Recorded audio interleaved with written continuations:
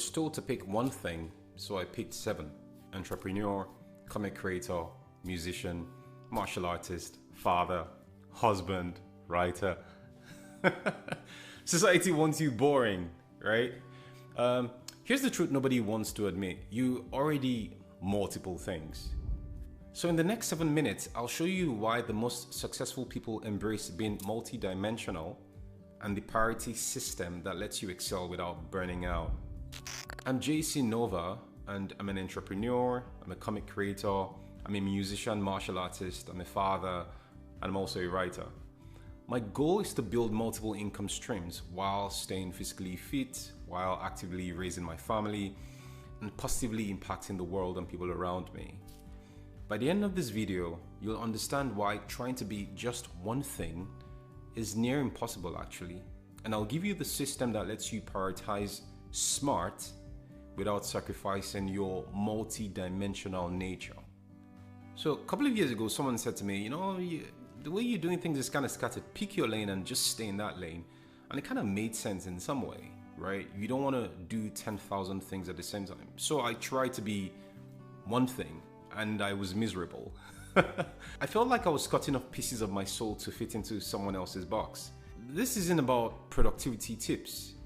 This is really about recognizing that being multidimensional is already your reality, and why society wants to convince you otherwise, because you're already multiple things.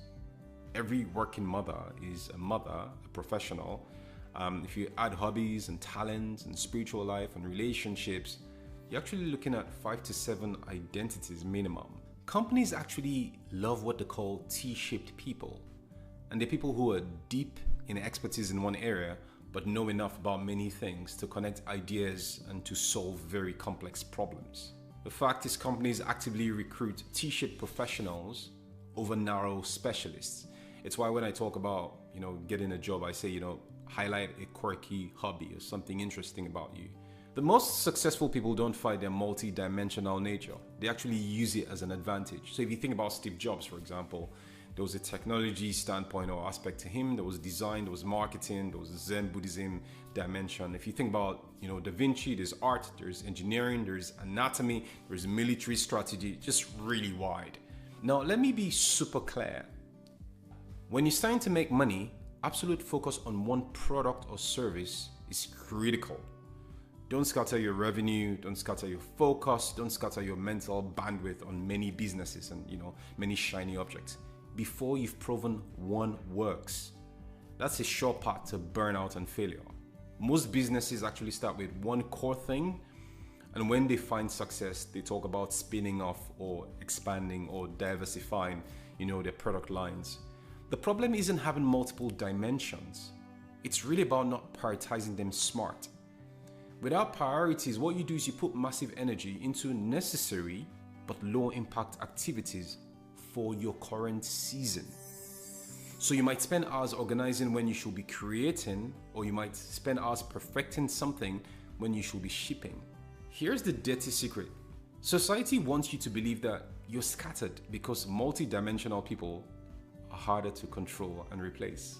So in 2 minutes, I'll give you the exact priority system, but first you need to understand why this approach is biblical.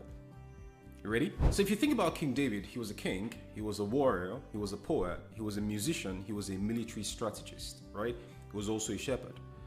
God didn't tell David to pick one lane. He used every part of David's identity for different seasons and purposes. And if you even think about God sounds like he sounds like the ultimate multi-hyphenate. He's creator, he's the judge, he's redeemer, he's father, he's warrior, he's healer, he's provider. If God operates in multiple roles at the same time, why should you limit yourself to just one? The other thing to consider is that every part of your identity actually feeds into the others. So martial arts, for example, gives business discipline or can fit into getting the discipline required for business. In martial arts, you grind through pain. The same thing with business. My creativity helps with my marketing, right? You can innovate and come up with different angles, right? My role as a father motivates my financial success. It helps me go on because the odds of my children being successful increases if I am successful. So when you think about it in this way, These different aspects are not competing priorities. They're actually complementary and they compound in the advantages that they give you. So let's bring it home. Let's talk strategy. These 3 strategies I'm going to outline are based on brain research, and they will change how you manage your multi-dimensional life. You ready? So strategy number 1, it's a 90-day focus system. Basically, not all areas shall get equal attention at all times. I use a 90 to 100-day season with one primary focus, then 2 secondary focuses, and then everything else in maintenance mode. So, based on research, there's a research by a lady called Sophia Leroy. It shows that jumping between too many high-intensity tasks actually kills performance. So, maintenance mode keeps skills alive without burning you out. So, let me give you a simple example to really bring it home. So, for example, if I use myself as an example, my primary focus, 70% of my energy is just growing business, right? So 70%. Secondary focus, right, 20%, is there's health and fitness, and then there is family time, right? And that takes up, 20%. So 20 plus 70, 90. And then maintenance mode, we're talking hobbies, side projects, learning new skills, and that just takes up about 10%. You see, the clear benefit is that you make real progress on what really matters while keeping everything else alive. So I want you to try the same thing. This week, pick your season's primary focus, one thing. Then 2 secondary focuses, 20%, and then everything else goes into maintenance. When you're forced to prioritize, you can focus on the thing that counts. The second strategy is the connection method. Connect insights from one area to solve problems in another area. I solve business problems using martial arts principles. I create comic characters based on entrepreneurial types, right? Or even martial arts as well. A Stanford research actually shows breakthrough innovation comes from mixing solutions between different fields. So for example, from martial arts to business, you can stay calm under pressure. If you're handling difficult customers, all that Zen experience helps you just stay chilled, right? From parenting to leadership, breaking big tasks into small steps also works for teaching kids, but also managing teams. From cooking to marketing, good presentation just makes food taste better, and good visuals also make content more engaging. So you see how you take from one area to enhance the other. What's the benefit? You're solving problems faster because you have more tools in your toolkit, right? So if you're going to think about an action for this week, I want you to ask, how does skill A solve this problem? And think about how you can take aspects from one area to solve problems in another. The third strategy is an impact assessment. Regularly check what's necessary but low impact for your current season. Look, it's important to understand that necessary does not mean high priority. So for example, when you're in a high impact season where you're building your business or key relationships, right? That's like high impact. Necessary or low impact may be stuff like organizing files and attending social events. They're good, but they're not high priority.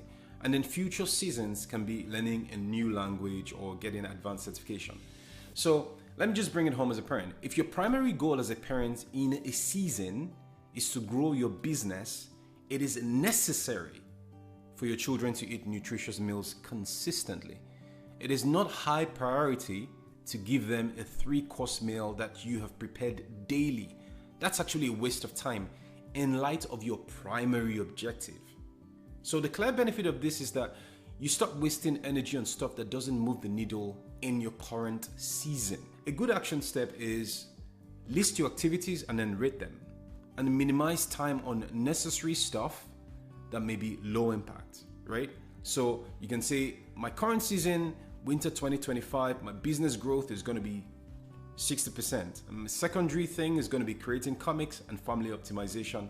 And then my maintenance mode, the lower aspects of things like music and martial arts and writing, just enough to keep the skills sharp, right? And what kind of results may you see? You might see 40% revenue growth because you're focusing a lot on your business now. You can create comics, without stress. You're giving your family attention and giving them, the focus and attention that's required in this season, and you're still developing all areas, just with seasonal priority. So the key thing to highlight is, I'm not doing less. I'm just not doing everything with the same priority levels. Most people will keep pretending that they can be one thing while secretly juggling 7 identities and feeling guilty about it, but accept you're already multidimensional. The question isn't whether to embrace it, it's whether to do it smart or to just do it chaotic, right?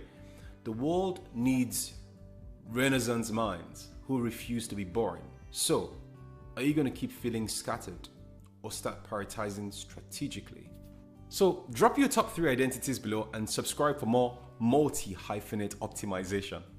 Stay multi-dimensional, stay strategic, stay extraordinary. And as always, I'll see you in the next one.